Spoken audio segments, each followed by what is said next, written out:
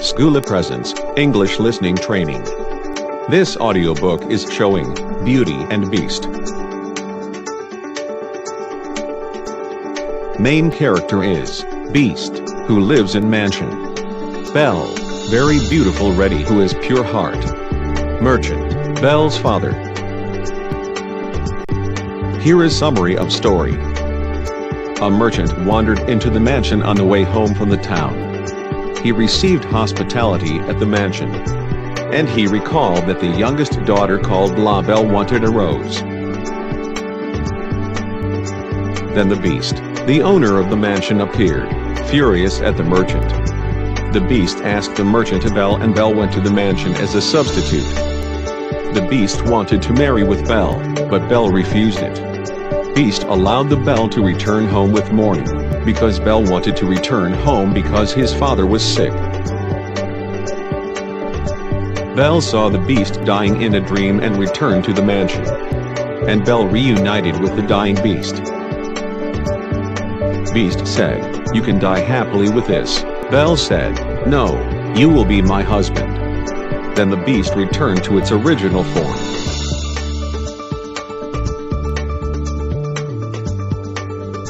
Here we go. Once upon a time, in a far-off country, there lived a merchant who had been so fortunate in all his undertakings that he was enormously rich. As he had 6 sons and 6 daughters, however, who were accustomed to having everything they fancied, he did not find he had a penny too much. But misfortunes befell them. One day their house caught fire and speedily burned to the ground, with all the splendid furniture, books, pictures, gold, silver, and precious goods it contained. The father suddenly lost every ship he had upon the sea, either by dint of pirates, shipwreck, or fire. Then he heard that his clerks in distant countries, whom he had trusted entirely, had proved unfaithful. And at last from great wealth he fell into the direst poverty. All that he had left was a little house in a desolate place at least 100 leagues from the town, and to this he was forced to retreat. His children were in despair at the idea of leading such a different life. The daughters at first hoped their friends, who had been so numerous while they were rich, would insist on their staying in their houses, but they soon found they were left alone. Their former friends even attributed their misfortunes to their own extravagance and showed no intention of offering them any help. So nothing was left for them but to take their departure to the cottage, which stood in the midst of a dark forest and seemed to be the most dismal place on the face of the earth. As they were too poor to have any servants, the girls had to work hard, and the sons, for their part, cultivated the fields to earn their living. Roughly clothed and living in the simplest way, the girls regretted unceasingly the luxuries and amusements of their former life. Only the youngest daughter tried to be brave and cheerful. She had been as sad as anyone when misfortune first overtook her father, but soon recovering her natural gaiety, she set to work to make the best of things, to amuse her father and brothers as well as she could, and to persuade her sisters to join her in dancing and singing. But they would do nothing of the sort, and because she was not as doleful as themselves, they declared this miserable life was all she was fit for. But she was really far prettier and cleverer than they were. Indeed, she was so lovely she was always called Beauty. After 2 years, when they were all beginning to get used to their new life, their father received news that one of his ships, which he had believed lost, had come safely into port with a rich cargo. All the sons and daughters at once thought that their poverty was at an end and wanted to set out directly for the town, but their father, who was more prudent, begged them to wait a little, and though it was harvest time, and he could ill be spared, determined to go himself to make inquiries. Only the youngest daughter had any doubt but that they would soon again be as rich as they were before. They all loaded their father with commissions for jewels and dresses which it would have taken a fortune to buy. Only Beauty, feeling sure that it was of no use, did not ask for anything. Her father, noticing her silence, said, "And what shall I bring for you, Beauty?" "The only thing I wish for is to see you come home safely," she answered. But this reply vexed her sisters, who fancied she was blaming them for having asked for such costly things. Her father, however, was pleased, but as he thought that at her age she certainly ought to like pretty presents, he told her to choose something. "Well, dear father," she said, "as you insist upon it, I beg that you will bring me a rose. I have not seen one since we came here, and I love them so much."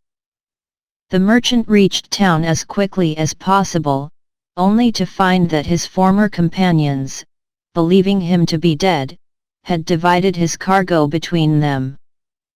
After 6 months of trouble and expense, he found himself as poor as when he started on his journey. To make matters worse, he was obliged to return in the most terrible weather.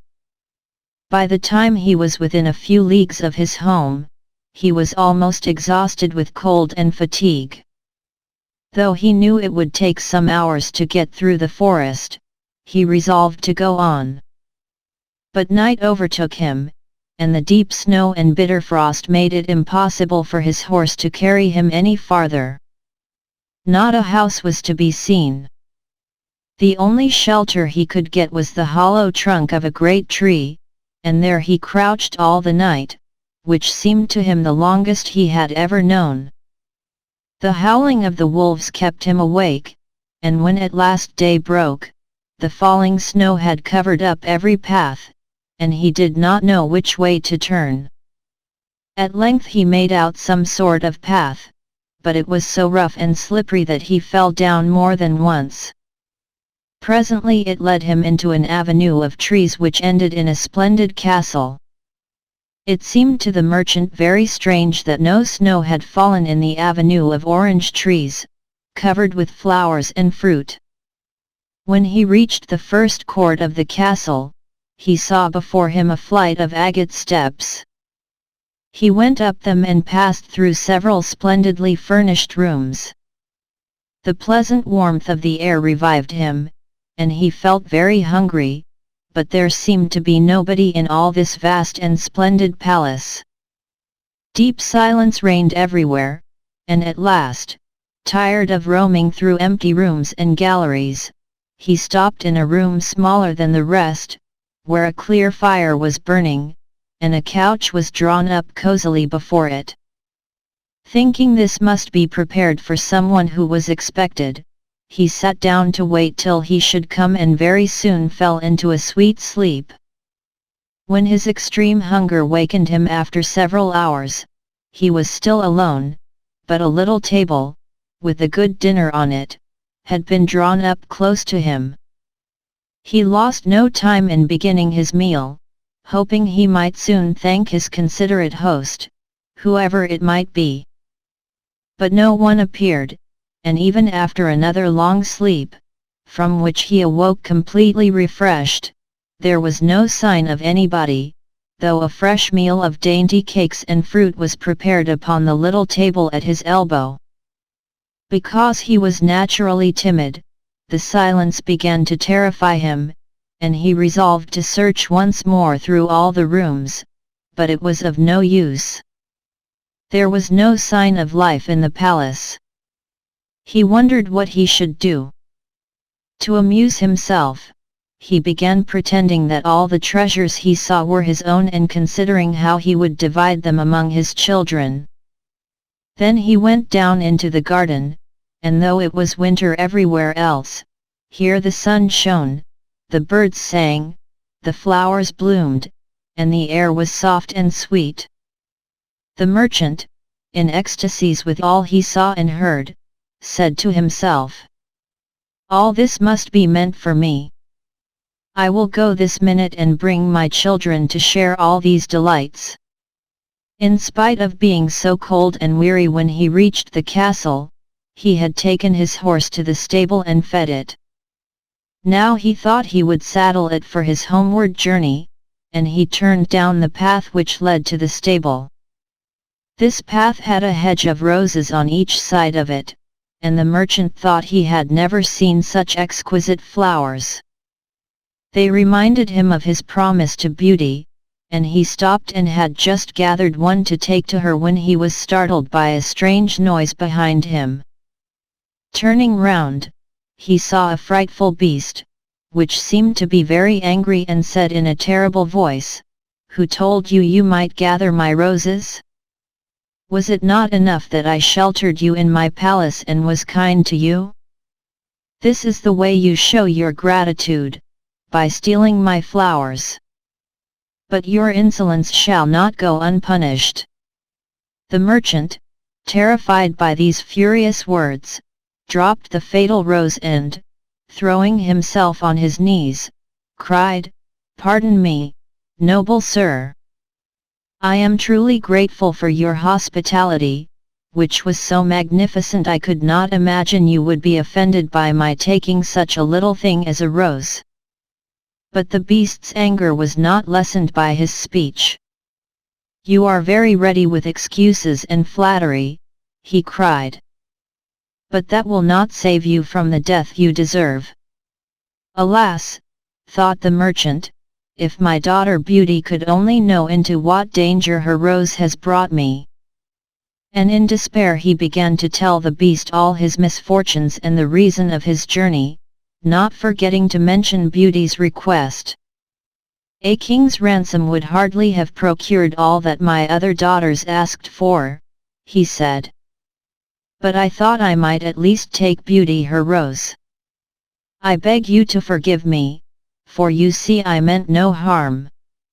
The beast said, in a less furious tone, "I will forgive you on one condition, that you will give me one of your daughters." "Ah," cried the merchant, "if I were cruel enough to buy my own life at the expense of one of my children's, what excuse could I invent to bring her here?" "None," answered the beast. "If she comes at all, she must come willingly. On no other condition will I have her. See if any one of them is courageous enough and loves you enough to come and save your life. You seem to be an honest man, so I will trust you to go home. I give you a month to see if any of your daughters will come back with you and stay here, to let you go free. If none of them is willing, you must come alone, after bidding them goodbye forever, for then you will belong to me. And do not imagine that you can hide from me, for if you fail to keep your word, I will come and fetch you," added the beast grimly. The merchant accepted this proposal, though he did not really think that any of his daughters would be persuaded to come. He promised to return at the time appointed, and then, anxious to escape from the presence of the beast, he asked permission to set off at once. But the beast answered that he could not go until the next day. "Then you will find a horse ready for you," he said. "Now go and eat your supper and await my orders." The poor merchant, more dead than alive, went back to his room, where the most delicious supper was already served on the little table drawn up before a blazing fire. But he was too terrified to eat and only tasted a few of the dishes, for fear the beast should be angry if he did not obey his orders. When he had finished, he heard a great noise in the next room, which he knew meant that the beast was coming. As he could do nothing to escape his visit, the only thing that remained was to seem as little afraid as possible. So when the beast appeared and asked roughly if he had supped well, the merchant answered humbly that he had, thanks to his host's kindness. Then the beast warned him to remember their agreement and to prepare his daughter exactly for what she had to expect. "Do not get up tomorrow," he added, "until you see the sun and hear a golden bell ring.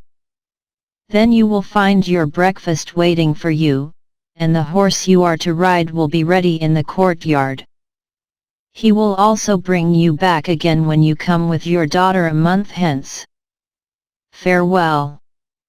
Take a rose to Beauty, and remember your promise." The merchant lay down until the sun rose. Then, after breakfast, he went to gather Beauty's rose and mounted his horse, which carried him off so swiftly that in an instant he had lost sight of the palace. He was still wrapped in gloomy thoughts when the horse stopped before the door of his cottage. His sons and daughters, who had been uneasy at his long absence, rushed to meet him, eager to know the result of his journey which, seeing him mounted upon a splendid horse and wrapped in a rich mantle, they supposed to be favorable. But he hid the truth from them at first, only saying sadly to Beauty as he gave her the rose, "Here is what you asked me to bring you. Little you know what it has cost." But this excited their curiosity so greatly that presently he told them his adventures from beginning to end, and then they were all very unhappy. The girls lamented loudly over their lost hopes, and the sons declared their father should not return to the terrible castle, and began to make plans for killing the beast if it should come to fetch him. But he reminded them he had promised to go back. Then the girls were very angry with Beauty and said it was all her fault. If she had asked for something sensible, this would never have happened. Poor Beauty, much distressed, said to them, "I have indeed caused this misfortune, but who could have guessed that to ask for a rose in the middle of summer would cause so much misery? But as I did the mischief, it is only just that I should suffer for it. I will therefore go back with my father to keep his promise." At first nobody would hear of it. Her father and brothers, who loved her dearly, declared nothing should make them let her go. But Beauty was firm. As the time drew near, she divided her little possessions between her sisters and said goodbye to everything she loved. When the fatal day came, she encouraged and cheered her father as they mounted together the horse which had brought him back. It seemed to fly rather than gallop, but so smoothly that Beauty was not frightened. Indeed, she would have enjoyed the journey, if she had not feared what might happen at the end of it. Her father still tried to persuade her to go back, but in vain. While they were talking, the night fell. Then, to their great surprise, wonderful colored lights began to shine in all directions, and splendid fireworks blazed out before them. All the forest was illuminated. They even felt pleasantly warm, though it had been bitterly cold before. They reached the avenue of orange trees and saw that the palace was brilliantly lighted from roof to ground, and music sounded softly from the courtyard. "The beast must be very hungry," said Beauty, trying to laugh, "if he makes all this rejoicing over the arrival of his prey." But in spite of her anxiety, she admired all the wonderful things she saw. When they had dismounted, her father led her to the little room he had been in before. Here they found a splendid fire burning and the table daintily spread with a delicious supper. The merchant knew that this was meant for them, and Beauty, who was less frightened now that she had passed through so many rooms and seen nothing of the beast, was quite willing to begin, for her long ride had made her very hungry. But they had hardly finished their meal, when the noise of the beast's footsteps was heard approaching, and Beauty clung to her father in terror, which became all the greater when she saw how frightened he was. But when the beast really appeared, though she trembled at the sight of him, she made a great effort to hide her horror and saluted him respectfully.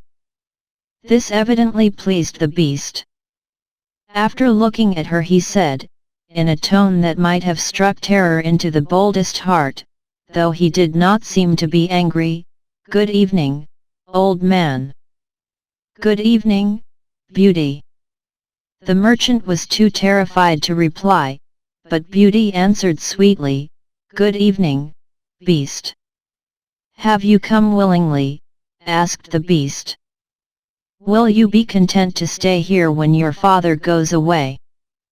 Beauty answered bravely that she was quite prepared to stay. "I am pleased with you," said the Beast. "As you have come of your own accord, you may remain. As for you, old man," he added, turning to the merchant, "at sunrise tomorrow take your departure. When the bell rings, get up quickly and eat your breakfast, and you will find the same horse waiting to take you home. But remember that you must never expect to see my palace again." Then turning to Beauty, he said, "Take your father into the next room and help him choose gifts for your brothers and sisters. You will find 2 traveling trunks there, fill them as full as you can. It is only just that you should send them something very precious as a remembrance." Then he went away, after saying, "Goodbye, Beauty, goodbye, old man." Beauty was beginning to think with great dismay of her father's departure, but she was afraid to disobey the Beast's orders. They went into the next room, which had shelves and cupboards all round it. They were greatly surprised at the riches it contained. There were splendid dresses fit for a queen, with all the ornaments to be worn with them, and when Beauty opened the cupboards, she was dazzled by the gorgeous jewels lying in heaps upon every shelf. After choosing a vast quantity, which she divided between her sisters, for she had made a heap of the wonderful dresses for each of them, she opened the last chest, which was full of gold. "I think, father," she said, "that, as the gold will be more useful to you, we had better take out the other things again, and fill the trunks with it." So they did this, but the more they put in, the more room there seemed to be, and at last they put back all the jewels and dresses they had taken out, and Beauty even added as many more of the jewels as she could carry at once. Even then the trunks were not too full, but they were so heavy an elephant could not have carried them. "The Beast was mocking us," cried the merchant. "He pretended to give us all these things, knowing that I could not carry them away." "Let us wait and see," answered Beauty. "I cannot believe he meant to deceive us. All we can do is to fasten them up and have them ready." So they did this and returned to the little room where, to their astonishment, they found breakfast ready. The merchant ate his with a good appetite, as the Beast's generosity made him believe he might perhaps venture to come back soon and see Beauty. But she felt sure her father was leaving her forever, so she was very sad when the bell rang sharply for the second time and warned them that the time was come for them to part. They went down into the courtyard, where 2 horses were waiting, one loaded with the 2 trunks, the other for him to ride. They were pawing the ground in their impatience to start, and the merchant bade Beauty a hasty farewell. As soon as he was mounted, he went off at such a pace she lost sight of him in an instant. Then Beauty began to cry and wandered sadly back to her own room. But she soon found she was very sleepy, and as she had nothing better to do, she lay down and instantly fell asleep. And then she dreamed she was walking by a brook bordered with trees and lamenting her sad fate, when a young prince, handsomer than anyone she had ever seen, and with a voice that went straight to her heart, came and said to her, "Ah, Beauty, you are not so unfortunate as you suppose.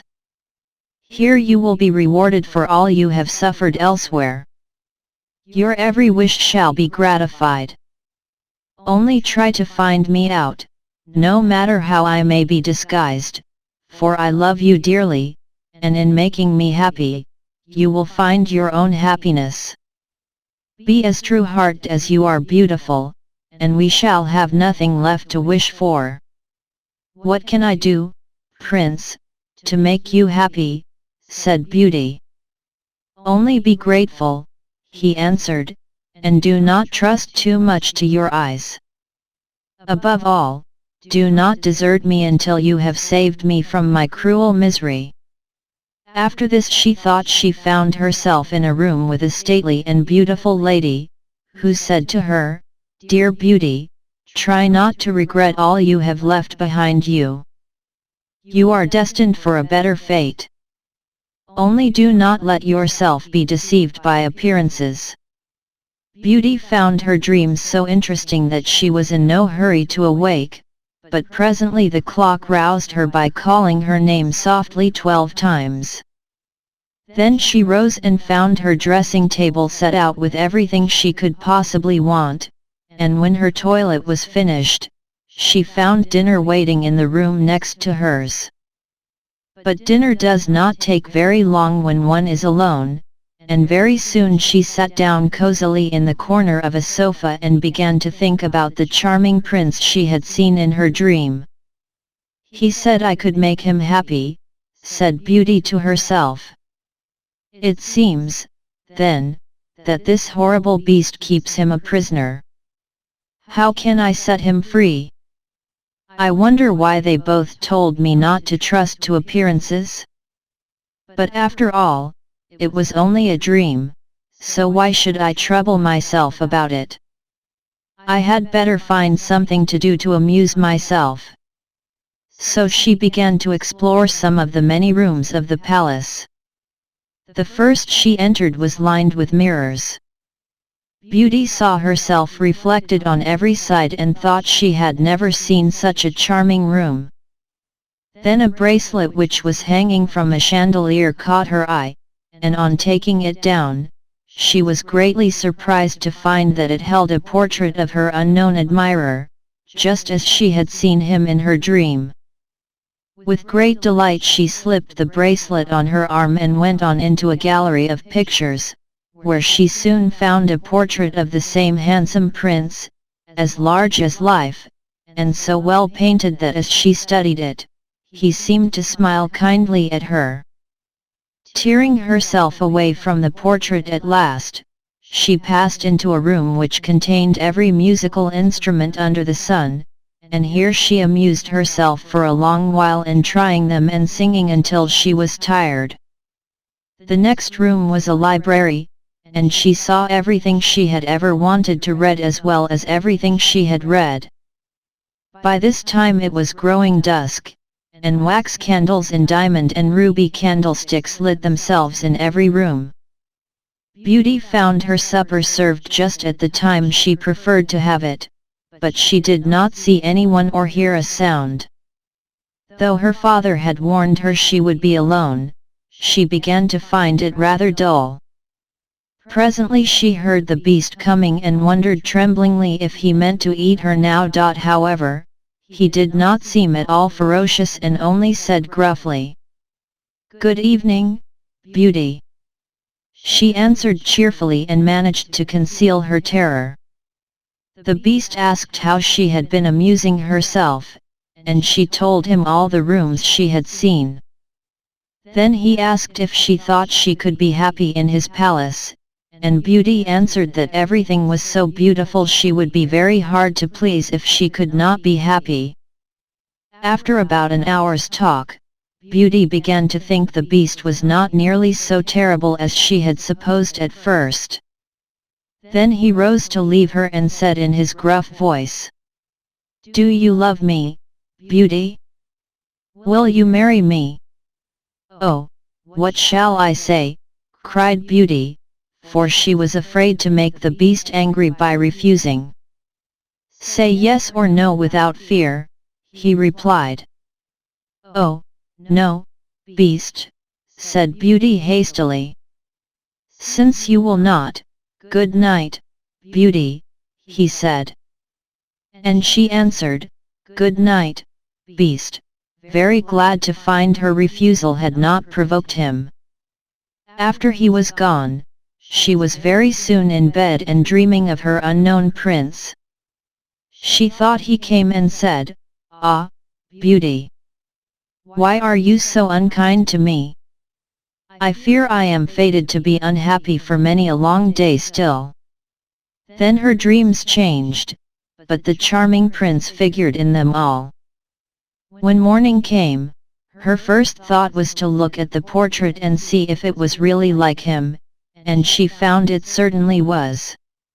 She decided to amuse herself in the garden, for the sun shone, and all the fountains were playing. She was astonished to find that every place was familiar to her, and presently she came to the very brook and the myrtle trees where she had first met the prince in her dream. That made her think more than ever he must be kept a prisoner by the beast. When she was tired, she went back to the palace and found a new room full of materials for every kind of work, ribbons to make into bows and silks to work into flowers. There was an aviary full of rare birds, which were so tame they flew to Beauty as soon as they saw her and perched upon her shoulders and her head.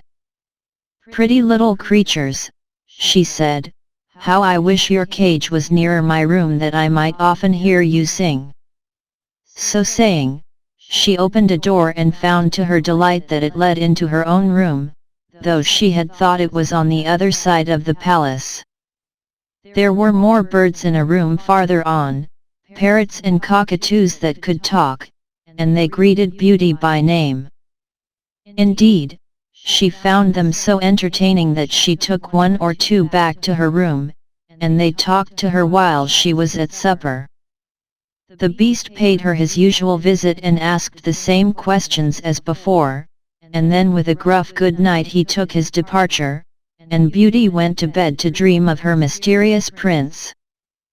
The days passed swiftly in different amusements, and after a while Beauty found another strange thing in the palace, which often pleased her when she was tired of being alone. There was one room which she had not noticed particularly. It was empty, except that under each of the windows stood a very comfortable chair. The first time she had looked out of the window, it seemed a black curtain prevented her from seeing anything outside. But the second time she went into the room, happening to be tired, she sat down in one of the chairs, when instantly the curtain was rolled aside, and a most amusing pantomime was acted before her. There were dances and colored lights, music and pretty dresses, and it was all so gay that Beauty was in ecstasies. After that she tried the other 7 windows in turn, and there was some new and surprising entertainment to be seen from each of them, so Beauty never could feel lonely any more. Every evening after supper, the beast came to see her and always before saying good night asked her in his terrible voice, "Beauty, will you marry me?" And it seemed to Beauty, now she understood him better, that when she said, "No, beast," he went away quite sad. Her happy dreams of the handsome young prince soon made her forget the poor beast, and the only thing that disturbed her was being told to distrust appearances, to let her heart guide her, and not her eyes. Consider as she would, she could not understand. So everything went on for a long time, until at last, happy as she was, Beauty began to long for the sight of her father and her brothers and sisters.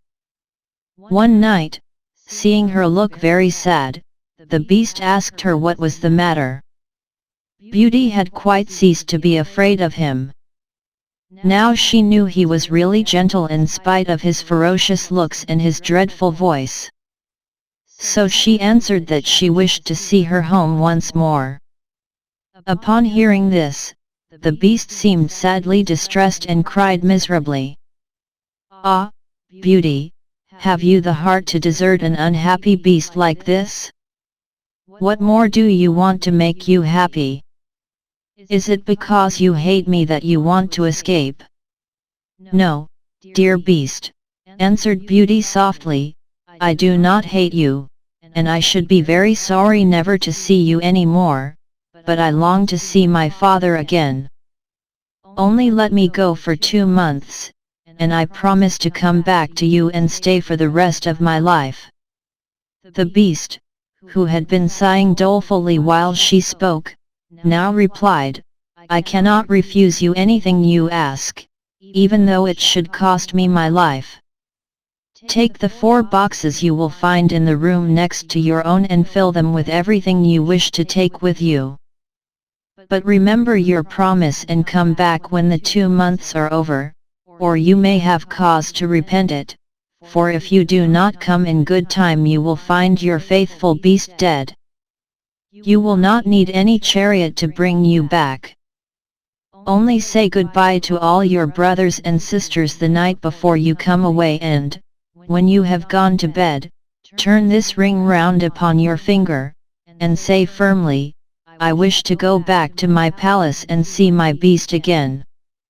Good night, Beauty. Fear nothing, sleep peacefully, and before long you shall see your father once more. As soon as Beauty was alone, she hastened to fill the boxes with all the rare and precious things she saw about her, and only when she was tired of heaping things into them did they seem to be full. Then she went to bed but could hardly sleep for joy. When at last she began to dream of her beloved prince, she was grieved to see him stretched upon a grassy bank, sad and weary, and hardly like himself. What is the matter? She cried. But he looked at her reproachfully and said, How can you ask me, cruel one? Are you not leaving me to my death perhaps? Ah, don't be so sorrowful, cried Beauty. I am only going to assure my father that I am safe and happy. I have promised the beast faithfully I will come back, and he would die of grief if I did not keep my word. What would that matter to you? Asked the prince. Surely you would not care. Indeed I should be ungrateful if I did not care for such a kind beast, cried Beauty indignantly. I would die to save him from pain. I assure you it is not his fault he is so ugly. Just then a strange sound woke her. Someone was speaking not very far away, and opening her eyes she found herself in a room she had never seen before, which was certainly not as splendid as those she had seen in the beast's palace. Where could she be? She rose and dressed hastily and then saw that the boxes she had packed the night before were all in the room. Suddenly she heard her father's voice and rushed out to greet him joyfully. Her brothers and sisters were astonished at her appearance, for they had never expected to see her again. There was no end to the questions they asked her.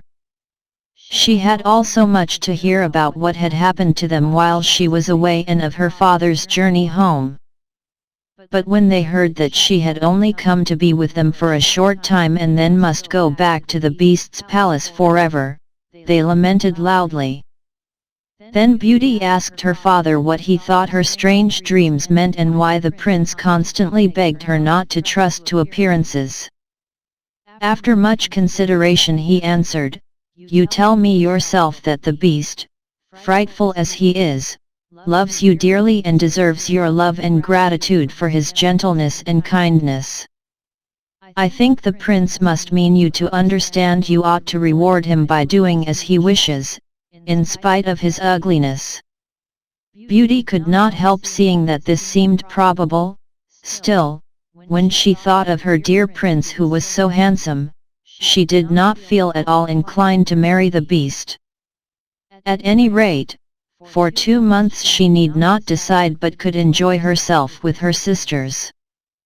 But though they were rich now and lived in a town again and had plenty of acquaintances, Beauty found that nothing amused her very much.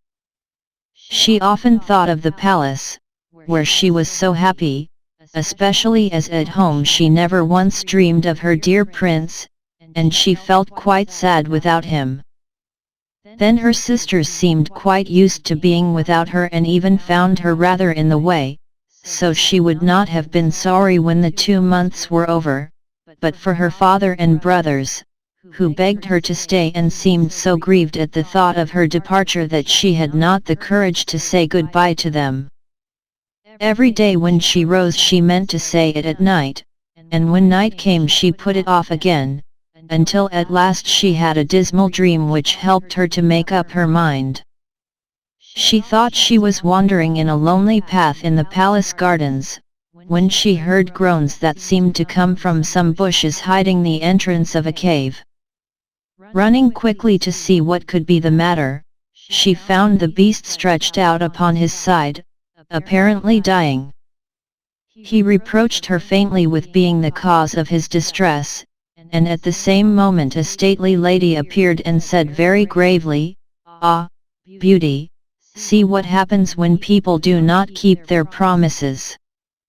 If you had delayed 1 day more, you would have found him dead." Beauty was so terrified by this dream that the next morning she announced her intention of going back at once.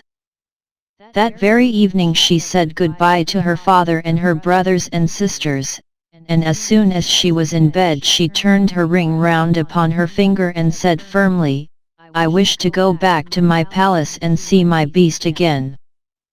Then she fell asleep instantly and only woke up to hear the clock saying, "Beauty, Beauty," 12 times in its musical voice, which told her she was really in the palace once more.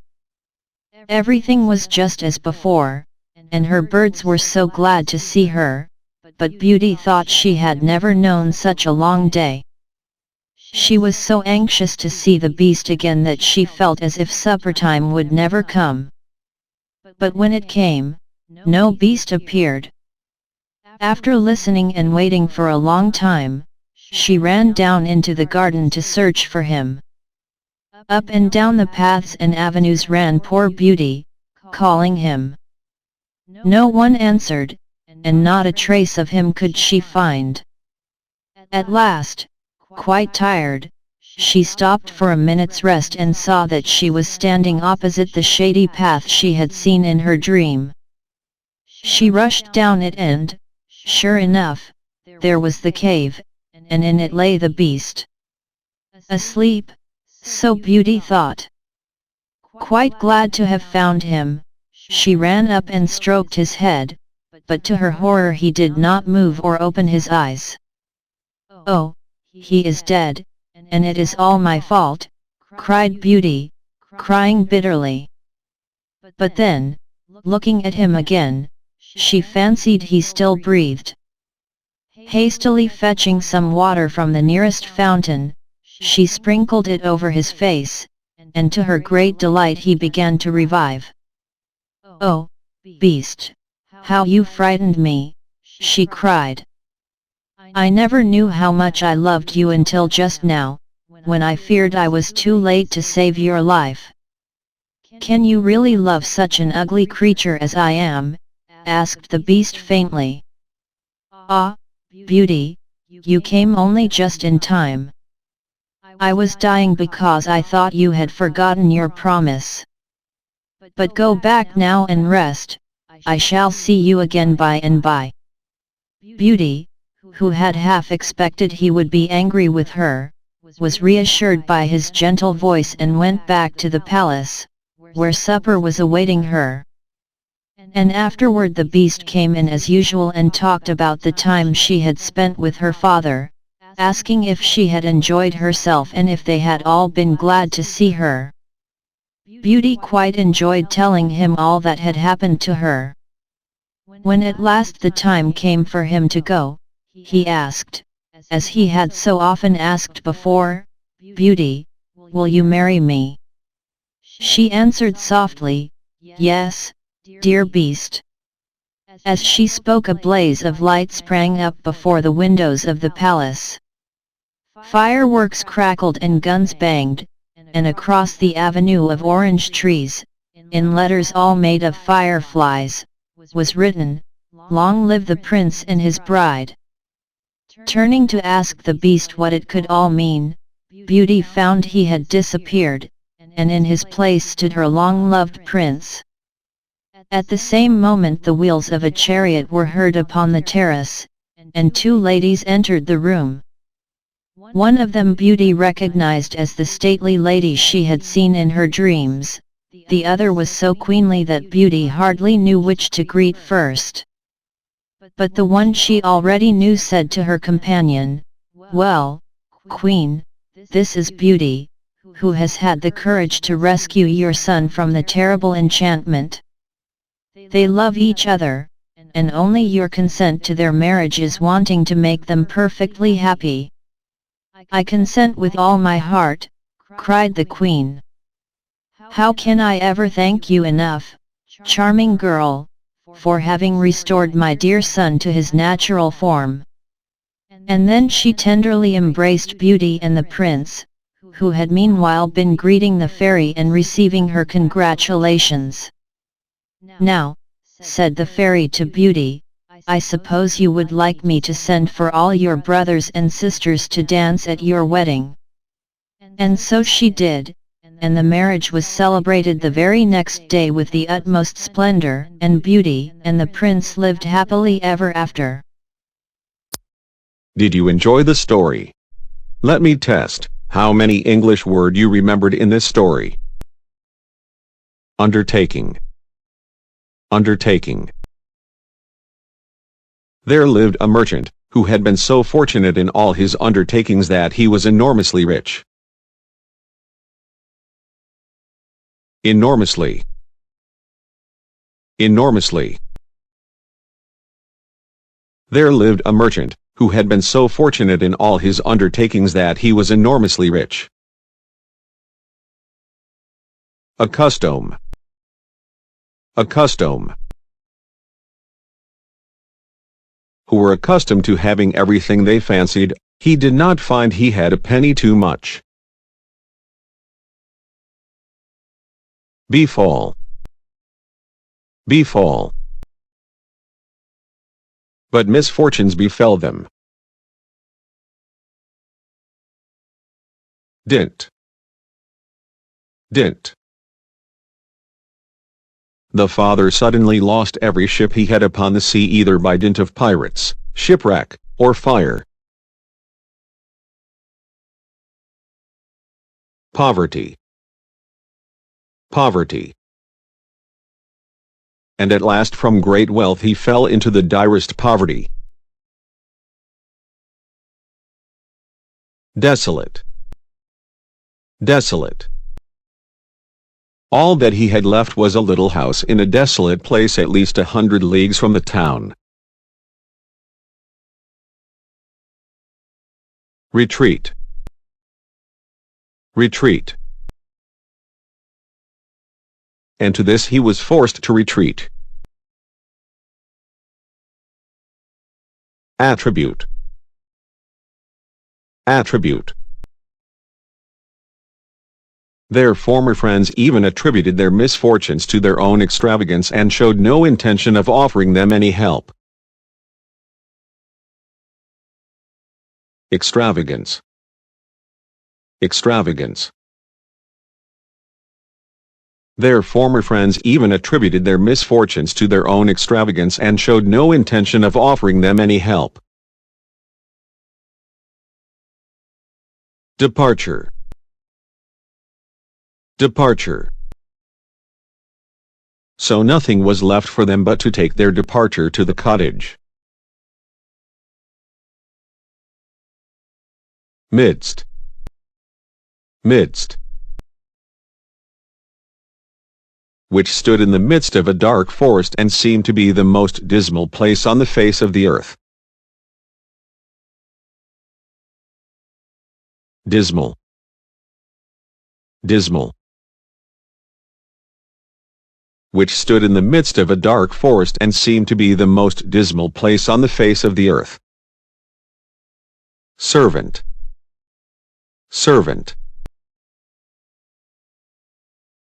As they were too poor to have any servants, The girls had to work hard, and the sons, for their part, cultivated the fields to earn their living. Unceasingly. Unceasingly. Roughly clothed and living in the simplest way, the girls regretted unceasingly the luxuries and amusements of their former life. Overtake. Overtake. She had been as sad as anyone when misfortune first overtook her father. Gaiety. Gaiety. But soon recovering her natural gaiety, she set to work to make the best of things. Doleful. Doleful. But they would do nothing of the sort, and because she was not as doleful as themselves. Cargo. Cargo. Their father received news that one of his ships, which he had believed lost, had come safely into port with a rich cargo. Prudent. Prudent. But their father, who was more prudent, begged them to wait a little, and though it was harvest time, and he could ill be spared, determined to go himself to make inquiries. Beg. Beg. Who was more prudent, begged them to wait a little, and though it was harvest time, and he could ill be spared, determined to go himself to make inquiries. Harvest. Harvest. But their father, who was more prudent, begged them to wait a little, and though it was harvest time, and he could ill be spared, determined to go himself to make inquiries. Vex. Vex. But this reply vexed her sisters, who fancied she was blaming them for having asked for such costly things. Fatigue. Fatigue. By the time he was within a few leagues of his home, he was almost exhausted with cold and fatigue. Crouch. Crouch.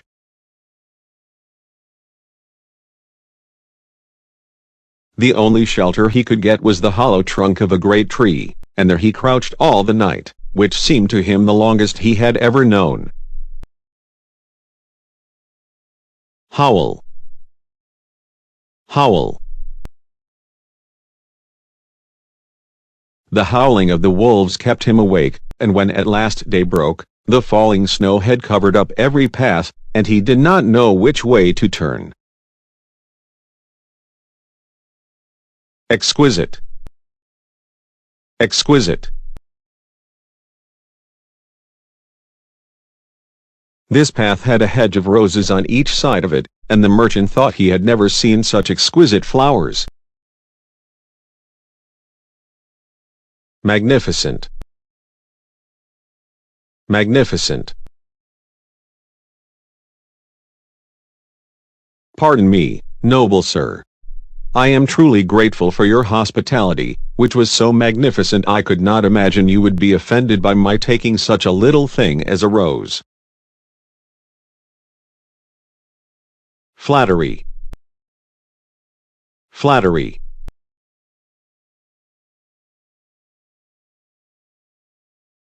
You are very ready with excuses and flattery. Ransom. Ransom.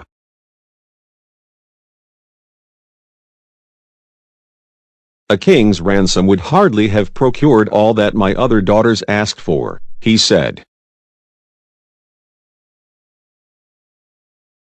Furious.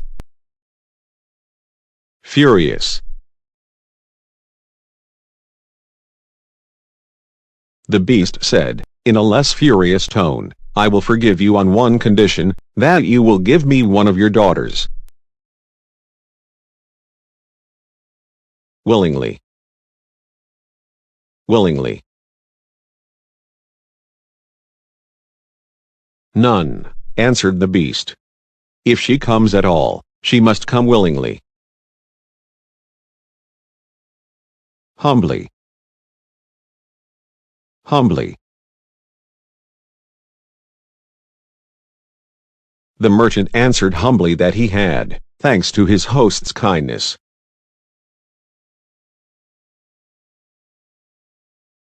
Gloomy. Gloomy. He was still wrapped in gloomy thoughts when the horse stopped before the door of his cottage. Rejoicing. Rejoicing.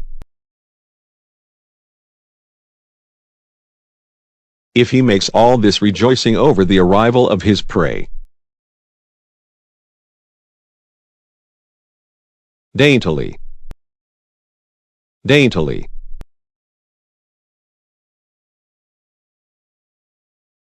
Here they found a splendid fire burning and the table daintily spread with a delicious supper.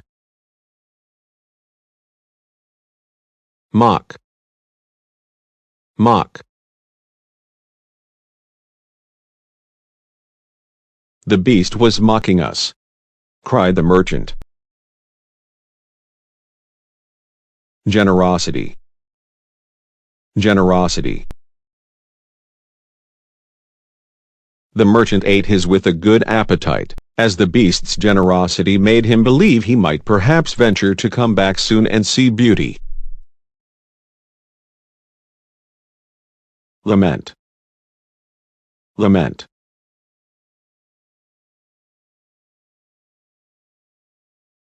And then she dreamed she was walking by a brook bordered with trees and lamenting her sad fate. Disguise. Disguise.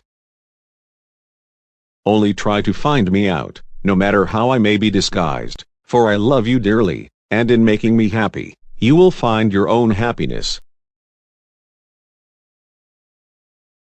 True-hearted. True-hearted. Be as true-hearted as you are beautiful, and we shall have nothing left to wish for. Tremblingly. Tremblingly. Presently she heard the beast coming and wondered tremblingly if he meant to eat her now. Gruff. Gruff. He did not seem at all ferocious and only said gruffly, Provoke. Provoke. And she answered, Good night, beast, very glad to find her refusal had not provoked him. Heaping. Heaping. And only when she was tired of heaping things into them did they seem to be full. Indignantly. Indignantly.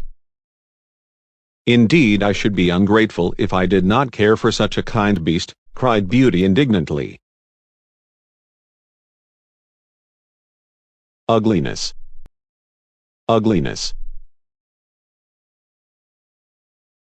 I think the prince must mean you to understand you ought to reward him by doing as he wishes, in spite of his ugliness. Gravely. Gravely.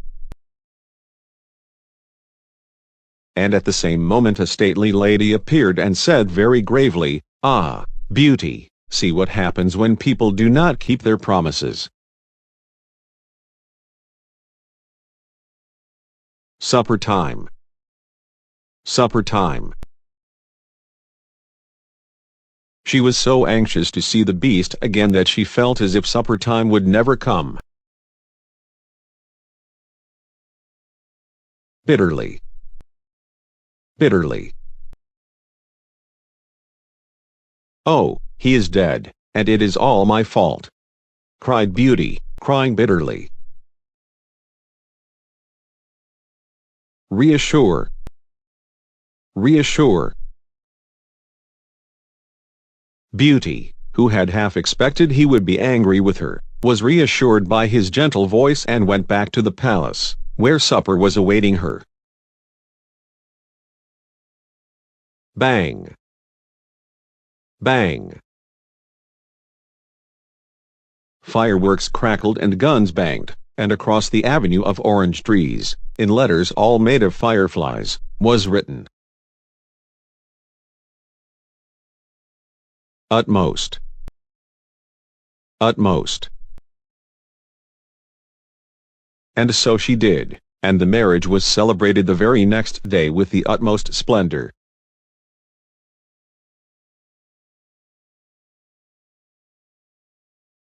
Splendor. Splendor. And so she did, and the marriage was celebrated the very next day with the utmost splendor, and Beauty and the Prince lived happily ever after. See you next training. Schoola is providing great training program powered by TechSki. Come and join us.